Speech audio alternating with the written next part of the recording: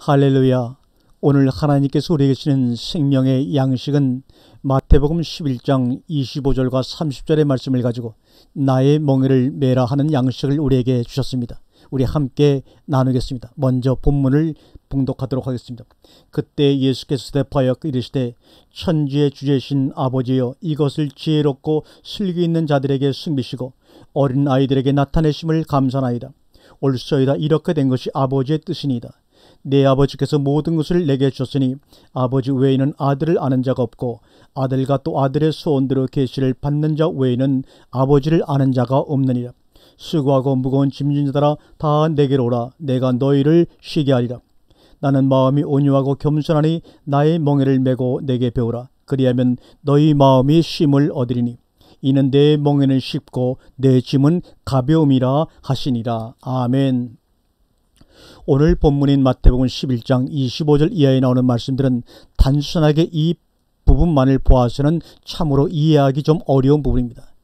11장 25절은 10장부터 전개되는 주님의 말씀의 결론이라고 할 수가 있습니다. 그래서 우리가 10장 1절부터 11장 2장을 살펴보아야만 오늘 본문의 말씀의 배경이 어떠한가, 그리고 왜 이 말씀을 하셨는가를 바로 이해할 수 있게 됩니다.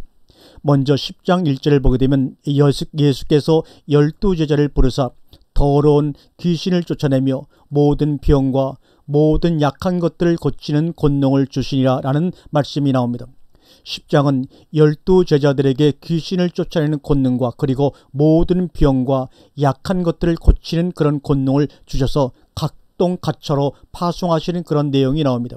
그러면서 5절의 말씀을 보면 예수께서 이 12를 내어 보내시며 명하여 가라사대 이방인의 길로도 가지 말고 사마리아인의 고을에도 들어가지 말고 차라리 이스라엘 집에 잊어버린 양에게로 가라 하면서 전파해 말하되 천국이 가까웠다고 병든 자를 고치며 죽은 자를 살리며 문둥이를 깨끗게 하며 귀신을 쫓아내되 너희가 거저 받았으니 거저 주어라 라는 말씀으로 보내십니다. 그리고 16절에서는 보라, 내가 너희를 보냄이 양을 이리 가운데 보낸 것 같도다. 그러므로 너희는 뱀같이 지혜롭고 비둘기같이 순결하라 라는 말씀을 덧붙여서 하시고 계십니다. 이 말씀은 무엇인가 하면 주님께서 12제자에게 권능을 주시며 각동각처로 파송하실 때 앞에 부분에서는 너희가 어떤 자세로 나가서 일을 해야 될 것이냐 하는 것에 대해서 말씀을 하고 계십니다. 그것이 마태복음 10장 9절과 12절의 말씀입니다. 너희 전대에 금이나 은이나 동이나 가지지 말고 여행을 위하여 주머니나 두보롯이나 신이나 지팡이를 가지지 말라. 이는 일꾼이 젖먹을 것 받는 것이 마땅함이니라. 아무 성이나 촌에 들어가든지 그 중에 합당한 자를 찾아내어 너희 떠나기까지 거기서 머물라. 또 그 집에 들어가면서 평안하기를 빌라 라고 전도자의 자세에 대해서 자세히 말씀을 하고 있습니다. 그리고 나서 16절부터는 너희들이 가서 이 복음을 전하고 사역을 하는데 가는 그곳들의 형편과 사정이 어떠한가를 자세하게 말씀하고 있습니다. 16절입니다. 보라, 내가 너희를 보냄이 양을 이리 가운데 보낸 것 같도다. 그러므로 너희는 뱀같이 지혜롭고 비둘기같이 순결하라. 이리들은 양들을 잡아먹고 사는 짐승들입니다. 그렇기 때문에 너희들이 가서 복음을 전하는데 살려고 유명해지려고 또 그들에게 칭찬을 듣고 인정을 받으려는 생각을 갖고 가지 말라는 겁니다. 너희들이 가는 곳은 너희들을 잡아먹을 사람들만 있는 곳이다. 그래서 너희들이 가려고 할 때 절대로 그들에 대해서 호감을 갖는다든지 그들에 대해서 자신감을 갖는다든지 그들에 대해서 우월감을 갖는다든지 그런 착각으로 가지 말라 이렇게 주님은 당부하십니다. 사실 우리는 하나님의 말씀을 받고 나서 하나님의 말씀이 얼마나 귀하고 복된 것인가를 잘 압니다. 그런데 중요한 것은 하나님의 말씀이 내게 좋은 것은 내가 하나님의 자녀이기 때문이라는 겁니다. 하나님의 말씀이 내게 복된 말씀이 되는 것은 내가 하나님의 말씀으로 복받을 사람이기 때문에 그런 것입니다. 그러나 중요한 것은 내게 복되고 좋은 말씀이 모든 사람에게도 다 복된 말씀이고 좋은 말씀을 아니라는 얘기입니다. 이러한 복을 복으로 생각하지 않는 사람들에겐 오히려 이 말씀이 화인 것입니다. 오히려 자신들이 복이라고 생각하는 것을 그 말씀이 들어와 빼앗아가 버리고 무가치하게 만들기 때문에 그 말씀은 오히려 그들에게는 화가 되는 것입니다. 사도행전에 보면 귀신 들린 사람을 데리고 점을 치는 그런 나쁜 사람이 하나 있었습니다. 바울과 신라가 가서 그 귀신을 쫓아내주고 정신을 멀겋게 만들어줍니다. 그랬더니 남의 장사 망쳐놨다고 야단 법석이 일어났습니다. 우리는 이제 뭘 먹고 사느냐 이겁니다. 여러분, 우리가 하나님의 말씀을 전해야 될 사명과 의무를 가지고 있지만 나는 내가 받은 이 말씀 때문에 결국 나는 죽고야 만다는 생각을 가져야 합니다. 다시 말하면 하나님의 말씀이 내게 들어왔을 때 그 말씀으로 말미암아 내가 죽었고 또 그 받은 말씀 때문에 다른 사람들에게 죽임을 당한다는 겁니다. 이것이 오주님께서 오늘 제자들을 보내시면서 부탁하신 말씀입니다. 우리는 예수님께서 왜 십자가에서 못 박혀 죽으셨는가를 반드시 알아야 합니다. 예수님은 바리새인과 서기관들을 저주했기 때문에 죽으신 것 아닙니다. 율법을 반대했기 때문에 죽은 것도 아닙니다. 그들의 비유를 건드려서 그들이 감정적으로 그를 죽인 것이 아닙니다. 그가 죽어야만 했던 가장 큰 이유는 그가 하나님의 말씀을 가지고 있다는 사실 때문에 죽으신 겁니다. 하나님의 말씀이 땅에 뿌리 내리지 못하게 하려는 사람들의 시도에 의해서 죽으신 겁니다. 그러므로 우리는 하나님의 말씀 때문에 2번 죽어야 합니다. 첫 번째는 하나님의 말씀이 내 속에 들어옴으로 인해서 내가 죽고, 그것은 바로 하나님의 말씀이 내 속에 들어왔다는 증거입니다. 그것은 주관적인 증거입니다. 두 번째 죽는 것은 다른 사람들에 의해서 내가 죽는 겁니다. 그것은 객관적 증거입니다. 이 사람들은 하나님의 말씀을 가지고 있는 사람이다. 그래서 이 사람들은 우리의 손에 의해서 죽었다라고 하는 객관적인 증거, 이 2가지 증거가 있어야 우리는 하나님 나라에 갈 수 있습니다. 예수님께서는 지금 제자들에게 이것을 강조하시면서 너희들은 그렇게 되어야 한다라고 강조를 하시는 겁니다. 마태복음 10장 17절과 18절의 말씀을 보면 사람들을 상가라, 저희가 너희를 공회에 넘겨주겠고 저희 해당에서 채찍질 하리라. 또 너희가 나를 인하여 총독들과 임금들 앞에 끌려가리니 이는 저희와 이방인들에게 증거가 되게 하려 하심이라. 이는 저희와 이방인들에게 증거가 되게 하려 하심이라. 도대체 무슨 증거입니까? 이 사람은 하나님의 말씀을 가지고 있는 사람이기 때문에 우리가 죽였다라는 증거입니다. 오늘 우리는 이 말씀을 통해서 반쪽 신앙인이 되지 말자는 겁니다. 반쪽 신앙인이라는 말은 교회 중심 신앙인을 말합니다. 내 집하고 교회만 왔다 갔다 하는 시계주 신앙이 반쪽 신앙인 것입니다. 우리는 전도의 대상을 선정할 때 골라 잡아서는 안 됩니다. 이 사람은 이 말씀을 받을 만한 사람이다라는 전제 조건을 제시하고서 말씀을 전하지 말자는 겁니다. 그것은 우리가 해야 될 일이 아닙니다.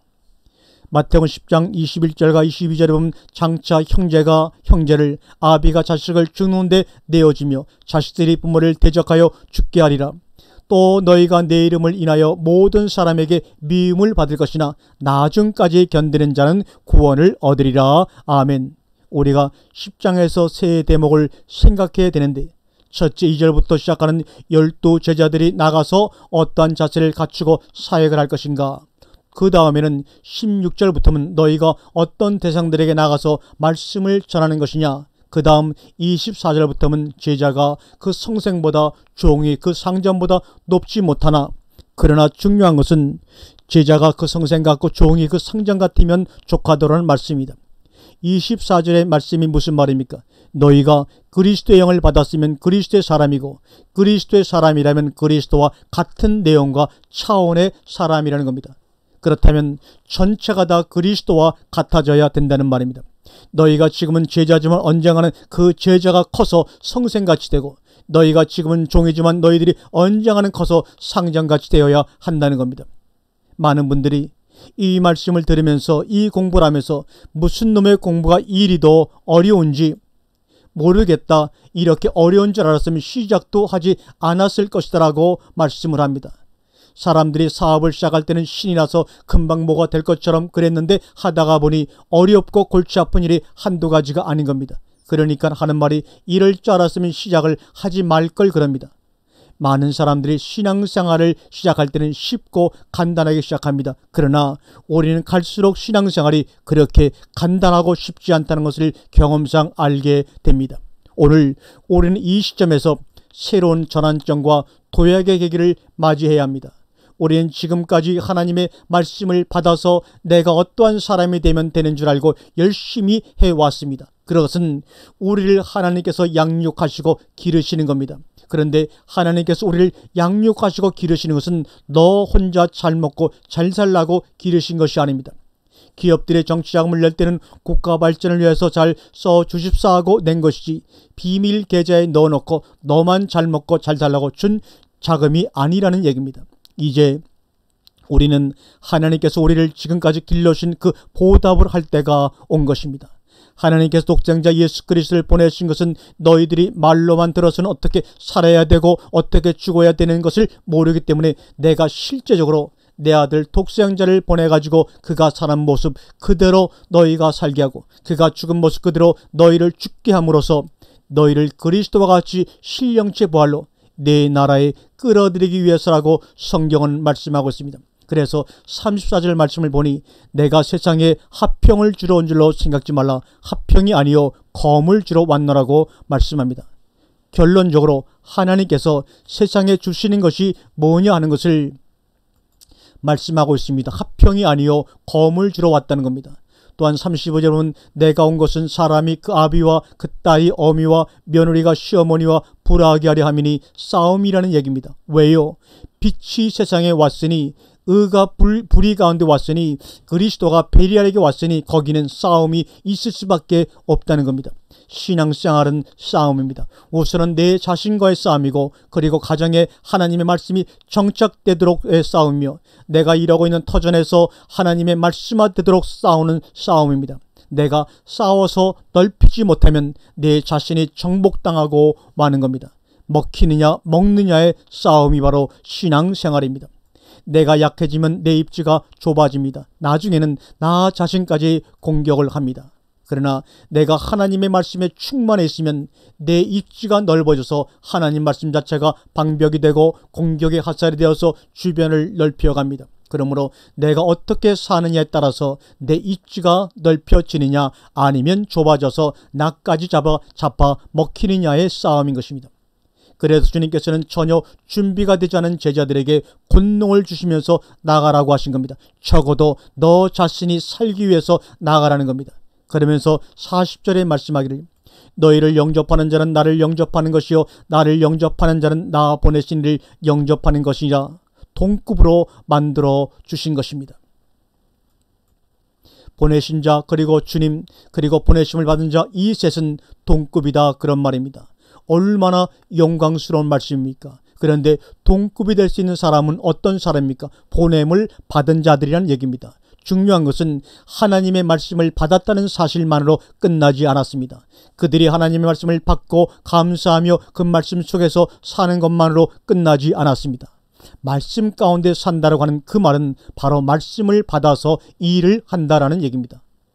우리가 직장을 가지고 있습니까? 그 직장은 단지 내가 일을 해서 생활비를 버는 것이라고 생각해서는 안 됩니다. 그 직장은 내가 바로 말씀을 전해야 될 사역장이라고 생각을 해야 합니다.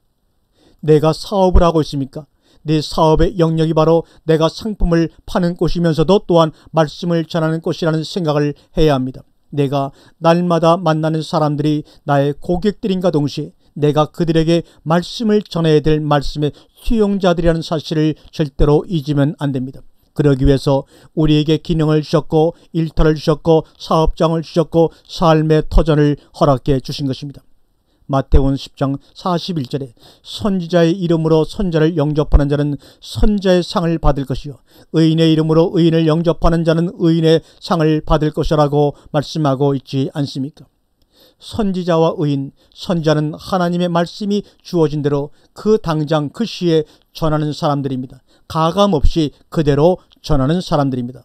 의인들은 하나님의 말씀이 와서 체질화되고 생활화되어서 삶을 통해서 하나님의 말씀이 온 결과가 어떠하다는 것을 알려주는 사람들입니다. 우리는 하나님께로부터 말씀을 받음으로써 선지자가 되는 것이고 또한 그 말씀이 내 속에 들어와서 내게 말씀화되어지는 것이 의인이다 그런 얘기입니다. 그러므로 하나님의 말씀이 주어진 그대로 전해야 될 뿐만 아니라 그 말씀이 내 속에 들어와서 나를 어떻게 변화시켰고 어떻게 살게 하신 것을 사람들에게 보여지는 삶, 이 두 가지 사역을 온전히 하는 것이 주님께서 여러분과 저를 부르시고 택하신 목적이요 가르치시고 훈련시키신 목적인 것입니다. 하나님은 우리의 일거수일투족을 다 계산하십니다. 내가 보낸 나의 이종들을 누가 어떻게 하고 있는가를 일일이 다 계산하고 있습니다. 지극히 적은 이 소자 하나에게 한 것이 곧 내게 한 것이니라. 내 응수한 그릇 떠지는 것조차도 결단코 그 상을 잃지 않겠노라. 여러분, 우리가 나가서 내게 주어진 하나님의 말씀을 전할 때 마치 이 양이 이리 가운데 말씀을 전하는 상황이지만 우리는 확신과 자부심과 긍지를 가져야 됩니다. 그것은 첫째로 하나님은 우리를 불꽃 같은 눈동자로 보호하고 계시다는 사실입니다. 우리의 머리털 하나도 하나님께 허락지 아니하시면 절대로 떨어지게 하지 않습니다. 악한 자가 우리에게 손도 대지 못하도록 하나님께서 보이지 않는 빛의 방패막이로 보호하고 계신다는 사실을 확실히 아셔야 합니다. 예수님께서 3년 반 동안 그렇게 귀한 말씀을 갖고 세상을 책망했어도 어느 누구도 그분의 머리털 하나 건드리지 못했습니다. 왜냐하면 하나님께서 때가 되기 전에는 절대로 손을 대지 못하도록 방패막이가 되어 주셨기 때문입니다. 그가 십자가에 돌아가실 때는 하나님께서 이미 허락하셨기 때문에 일어난 사건입니다. 우리가 일할 동안에는 절대로 어느 누구도 해하거나 상치 못하도록 하나님께서 방패막이가 되어 주십니다. 또한 우리가 하나님 앞에 제물로 드려진 순간이 되면 하나님께서 허락하실 것입니다. 그때는 내가 살려고 내 목숨을 보호하려고 발버둥 칠 필요가 없습니다. 그저 맡길 뿐입니다. 그것은 외적인 증거를 위해서 절대로 내게 유익하기 때문에 하나님께서 허락하신 겁니다. 그러므로 우리는 이 시간에 다시 한번 다짐을 합시다. 내가 하나님의 말씀대로 살다가 하나님의 말씀 때문에 죽겠노라고, 나는 결단코 늙고 병들어서 죽지 않겠노라고, 하나님의 말씀 때문에 죽겠노라. 개나 돼지처럼 그냥 쓰러져서 죽어서는 안 됩니다. 하나님의 말씀 때문에 이 육체 덩어리까지도 하나님 앞에 제물로 드려지면서 갈 수 있어야 합니다. 우리는 병들어 죽거나 늙어 죽을 인간들이 아닙니다. 하나님의 종이요 하나님의 말씀을 맡은 사람들입니다. 그러므로 사는 것도 말씀으로 살고 죽는 것도 말씀 때문에 죽어야 합니다. 예수님은 자기를 부인했던 베드로를 향해서 이렇게 말씀하십니다. 내가 젊어선 스스로 띠뛰고 원하는 곳으로 다니겠지만 늙어서는 어떤 사람들이 너를 원치 아니하는 곳으로 끌고 갈 것이라고 말입니다. 베드로의 죽음까지도, 베드로가 어떻게 죽을 것까지도 다 작정되어 있습니다. 우리가 하나님의 말씀으로 선택을 입고 예정을 입었다면, 그래서 하나님의 말씀을 받고 하나님의 말씀으로 살고 있다면 우리는 분명히 만세전에 그리스도 안에서 우리를 예정하신 것이 분명합니다. 그 예정이라고 하는 것은 우리의 일거수일투족을 하나님께서 예정해 놓으시고 그 예정을 따라서 우리가 살아가고 있다는 사실입니다. 우리가 사는 것이 예정 가운데 되어지고 있다면 죽는 것도 역시 예정되어 있을 것이라는 얘기입니다. 이런 식으로 사는 것이 하나님 말씀 안에 예정대로 사는 것이라고 확신이 된다면 우리에게 죽음도 예정되어 있으므로 예정된 죽음은 기꺼이 쌍손들어 환영하겠다는 자세를 갖추어야 됩니다. 중요한 것은 우리가 살아있을 때 예정된 죽음을 항상 준비하고 살아야 된다는 겁니다. 무슨 말인가 하면 살아있을 때 살려고 살지 말라는 겁니다. 죽음을 피하려고 살지 말라는 겁니다. 언제든지 하나님께서 예정된 죽음이 오면 맞을 준비를 갖추고 있으라는 말입니다. 그렇다면 우리는 이 세상에 먹고 살기 위해서 살지 않을 것입니다. 나의 죽음이 예정된 죽음이라면 그래서 그것을 기꺼이 맞아들일 자세가 되어 있다면 그는 항상 죽을 각오로 일을 할 것이다. 그런 얘기입니다. 여러분, 회개란 무엇입니까? 우리가 하나님의 뜻대로 살지 못하는 것을 회개하는 것입니다. 내가 지금 활동하고 내가 노력하는 것들이 내가 먹고 살고 내 처자식 먹여 살리기 위해서 활동하고 움직이는 것이라면 하나님께서 나의 죽음을 예정해 놓으신 그 죽음에 대한 반역인 것입니다. 내가 이렇게 사는 것도 하나님의 뜻 안에 사는 것이며 내가 살고 죽는 모든 것이 내 의지에, 내 건강에 달려있는 것이 아니라 당신의 뜻과 당신의 예정에 달려있다고 할 것이면 나는 하루의 삶도 살기 위해서 살지 않을 것입니다. 떳떳한 죽음, 영광스러운 죽음을 맞이할 것을 바랄 것이다. 그런 말입니다. 오늘 밤에 하나님께서 나의 영혼을 불러가신다면 밤이 오기까지 나는 그 남은 시간들을 어떻게 살 것입니까? 헛되게 무의미하게 보내버릴 것이냐 하는 겁니다. 결코 그렇지 않을 것입니다. 그러므로 결단코 상을 잃지 않으리라는 계산하시는 하나님을 의식하면서 내가 당신에게 하나님께서 나에게 주신 말씀을 전합니다. 당신 이 말씀을 받고 내게 어떻게 반응하느냐에 따라서 내가 하나님 앞에 가서 복을 받는 것이 아니라 당신이 복을 받는 것입니다. 그리고 11장에서는 예수께서 12제자에게 명하시기를 마치시고 이에 저희 여러 동네에서 가르치시며 전도하시려고 거기를 떠나가시니라고 11장 1절에 말씀합니다. 여러분, 지금 10장은 제자들을 파송시키기 전에 권능을 주시면서 그들의 자세, 그들의 나아갈 대상들, 그리고 너희들이 어떤 자격으로 나아가서 너희가 말씀을 전할 때 일어나는 현상들이 어떠할 것인가 하는 것을 전부 말씀하여 주셨습니다. 이것은 옛 세상이나 지금이나 마찬가지입니다.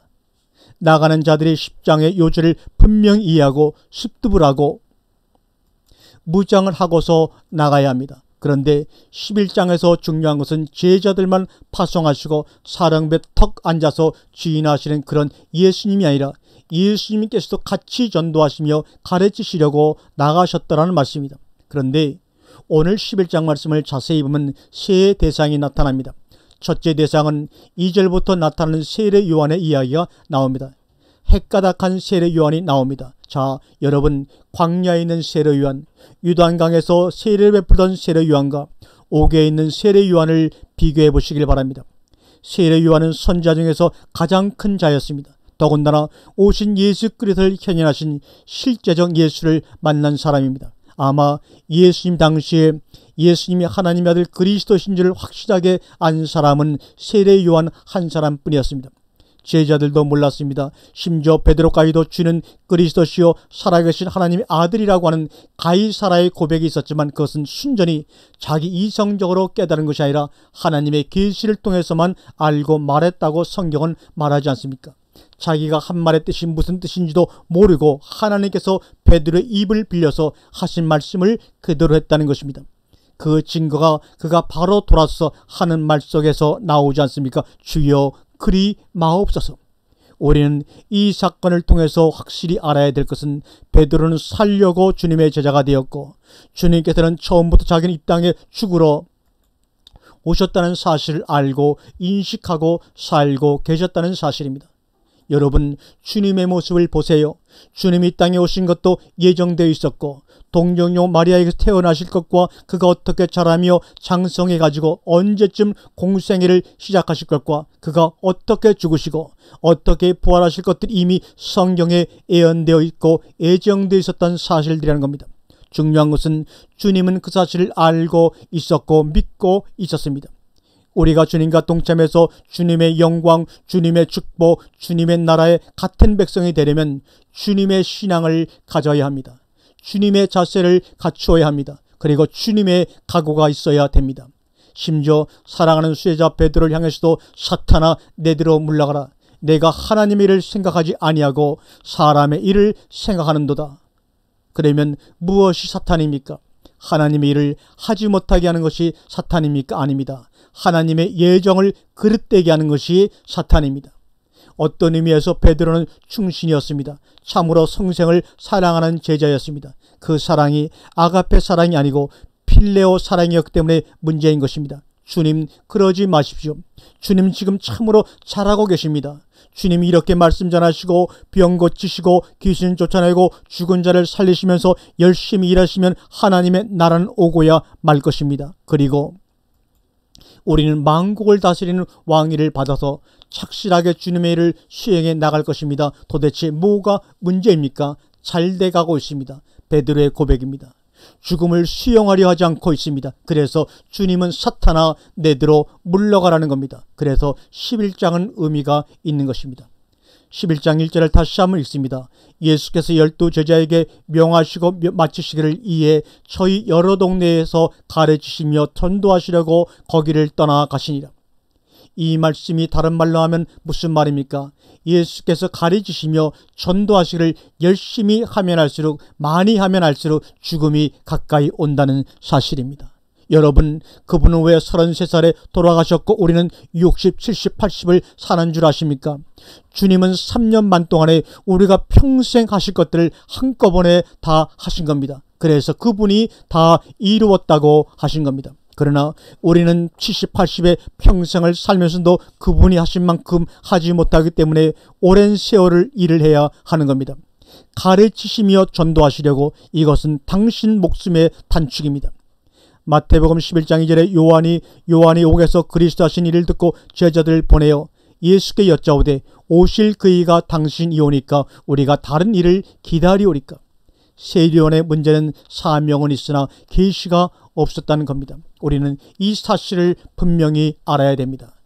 그는 분명히 오신 예수 그리스도를 증거한 사람입니다. 그러면 분명히 계시가 주어졌기 때문에 증거한 것 아닙니까? 아닙니다. 그에게는 그를 증거하고 그의 앞길을 평탄케 하는 사명만 주어졌던 것입니다. 여기서 중요한 것은 오늘날 자칭 하나님의 종들이라고 하는 많은 사람들이 어떤 의미에서 자기 사명의식만 가지고 있는 종들이 너무나 많습니다. 그들에게는 계시가 없습니다. 예수께서 대답하여 가라사대 너희가 가서 듣고 보는 것을 요한에게 고하되, 듣고 보는 것이 있어야 된다는 말입니다. 이것이 계시입니다. 듣고 보는 것이 뭡니까? 5절에 소경이 보며 안지매이가 걸으며 문둥이가 깨끗함을 받으며 귀멍어리가 들으며 죽은 자가 살아나며 가난한 자에게 복음이 전파된다 하라. 오늘날도 많은 사람들이 이 말씀을 보면서 외형적 치유로만 끝내버리고 만다는 겁니다. 문둥이가 깨끗함을 받으며 소경이 눈을 뜨고 귀멍어리의 귀를 열어주시고 죽은 자를 살아나게 하시고 왜 하필이면 복음이 가난한 자들에게 전파가 됩니까? 부자들은 어떻게 하라고요? 심령이 가난한 자에게 복음이 전파되는 겁니다. 영적 눈이 먼 소경에게 눈을 뜨게 하신 것이고 영적 귀가 먼 사람들에게 귀를 열어주신 겁니다. 그것은 바로 계시의 말씀이 증거되고 있다는 사실을 이렇게 비유적으로 말씀하고 있는 겁니다. 예수께 대답하여 가라사대 너희가 가서 듣고 보는 것을 요한에게 고하되, 요한은 귀가 있어도 듣지 못했고 눈이 있어도 보지를 못했다는 겁니다. 그러므로 바리새인 서기관들 제사장들은 그만두고라도 심지어 그 유명했던 세례 요한까지도 쓸데없는 짓 하다가 옥에 갇히는 자기 관리도 제대로 못한다는 것을 여러분 아셔야 합니다. 계시가 없으면 사람 꼴이 이렇게 되는 겁니다. 여러분, 우리에게 하나님의 말씀이 주어지는 것을 결코 소홀히 여기면 안 됩니다. 하나님은 계산하신다는 것을 아셔야 합니다. 자기 편리한 대로 하나님의 말씀 받겠다는 것, 그것 회개해야 합니다. 특히 하나님의 말씀에 증거될 때 안고빵에서 안고만 골라 먹듯이 골라 먹으면 안 됩니다. 하나님 말씀을 받으려면 처음부터 끝까지 철저하게 받아야 합니다. 고르면 안 됩니다.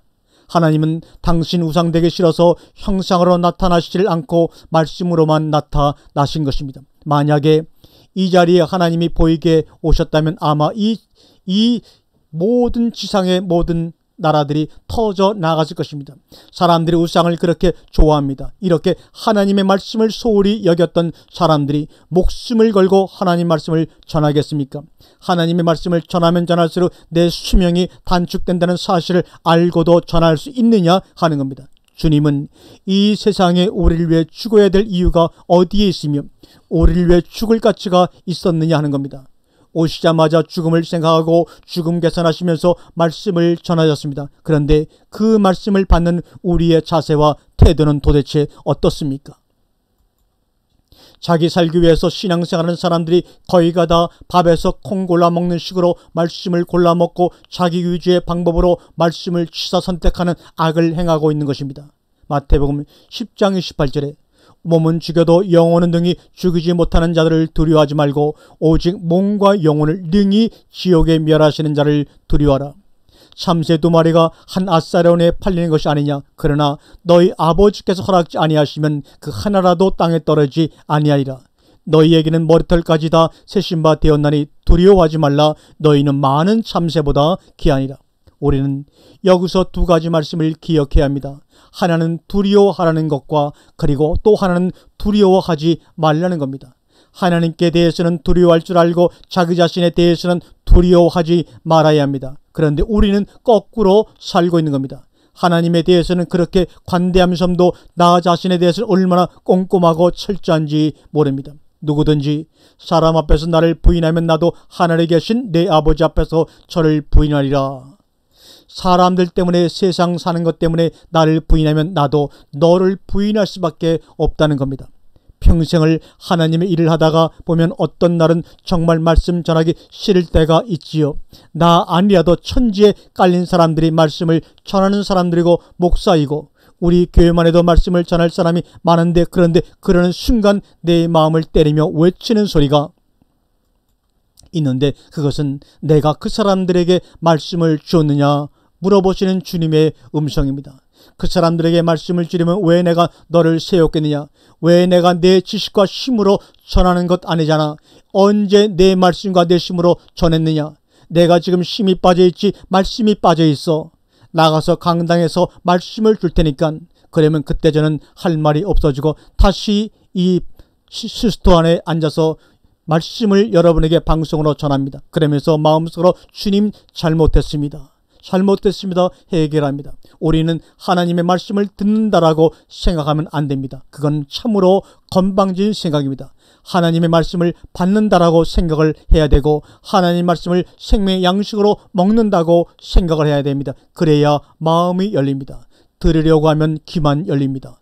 받는다는 자세로, 먹는다는 자세로 나와야 마음이 열리고, 그 말씀이 마음속으로 들어가 뿌리를 내리고 가지가 자라 열매를 맺는 겁니다. 저도 말씀을 받아서 여러분들에게 주는 겁니다. 그러면 여러분들도 말씀을 받아야 됩니다. 들으려고만 하면 안 됩니다. 마음으로 받아야 합니다. 11장 7절에 너희가 무엇을 버리고 광야에 나갔더냐? 바람에 흔들리는 갈대냐? 그러면 너희가 무엇을 버리고 나갔더냐? 부드러운 옷 입은 사람이냐? 부드러운 옷을 입은 자들은 왕궁에 있느니라. 바람이 뭡니까? 세상 풍조입니다. 풍조에 흔들려 살지 말라는 말입니다. 이 세대를 무엇으로 비유할꼬? 비유컨대 아이들이 장터에 앉아 제 동물을 불러 가로되 우리가 너희를 향하여 피리를 불어도 너희가 춤추지 않고 우리가 애곡하여도 너희가 가슴을 치지 아니하였담과 같도다. 감정 전달이 안 되는 겁니다. 전혀 교류가 안 되는 세대가 되어버리고 말았습니다. 요한이 와서 먹지도 않고 마시지도 않으며 저희가 말하기를 귀신 들렸다더니 인자는 와서 먹고 마시며 말하기를 보라 먹기를 탐하고 포도주를 즐기는 사람이요 세리와 죄인의 친구로다니 지혜인은 그 행한 일로 인하여 옳다함을 얻느니라. 포도주를 즐기는 사람, 원문으로 보면 알코올 중독자라는 얘기입니다. 도대체 먹어야 합니까 말아야 합니까? 자기 식대로 판단하고 처리합니다.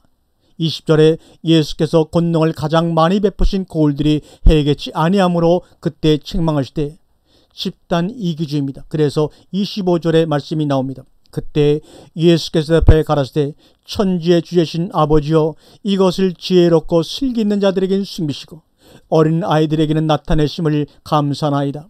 그래서 감추시고 계시하시는 것은 배치장 하나 차입니다. 감사나이다. 원문을 보면 은혜 받은 것을 시인했다는 얘기입니다.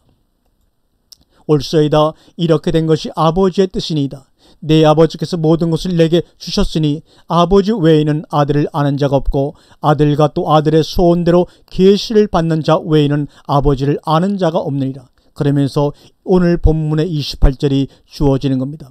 수고하고 무거운 짐진 자들아 다 내게로 오라. 내가 너희를 쉬게 하리라. 나는 마음이 온유하고 겸손하니 나의 멍에를 메고 내게 배우라. 그리하면 너희 마음이 쉼을 얻으리니 이는 내 멍에는 쉽고 내 짐은 가벼움이라 하시니라. 일반적으로는 앞에 말씀 깡그리 다 무시해버리고 누구든지 오기만 하면 편히 쉬게 해준다는 겁니다. 아닙니다. 계시를 받은 자여야만 이 말씀이 해당되는 겁니다. 그들에게만 이 말씀이 적용되는 말씀입니다. 나의 멍에를 메라. 여기 멍에라고 하는 말은 이건 한 쌍이 아니고는 생각할 수가 없는 겁니다. 그리고 멍에는 일을 할 때만 매는 겁니다. 일하는 자에게만 멍에를 맨 자들에게만 쉼이 있다 이 말입니다. 왜 10장부터 일하는 제자들에게 하시는 말씀이니까 그렇습니다. 하나님의 나라의 건설은 일하는 자들에 의해서 되어지는 겁니다. 일하지 않는 사람들에게 하나님의 말씀이 왜 필요합니까? 일하지 아니하면 하나님께서 말씀을 주실 수가 없습니다. 주시지 않으니 받을 수가 없는 겁니다. 들을 수 있을지는 몰라도 받지는 못합니다. 내가 죽지 않고 영생할 수는 없습니다. 여러분이 죽어야 합니다. 하나님은 우리에게 복되게 하시기 위해서 말씀을 주셨고, 복된 세상에서 영원한 복을 누리고 살려고 천국 백성으로 여러분과 저를 부르셨습니다. 지금까지는 내가 천국 시민 되는 것 주제로 말씀 듣고 훈련해서 자라왔습니다. 이제는 우리가 살 나라를 건설하는데 우리 함께 자신을 던져야 합니다. 자기만 살겠다는 이 세상에서 어떻게 하나님의 나라가 이루어지겠습니까? 이런 세상에서 우리가 오염되면 우리까지 같이 죽는 겁니다. 우리 자신이 살기 위해서라도 우리는 싸워야 합니다. 진리의 나라가 되어야 합니다. 하나님의 나라를 위해서, 말씀을 위해서 죽을 각오가 되어 있는 사람들이 점점 이 말씀을 통해 많아져야 합니다. 아멘, 아멘.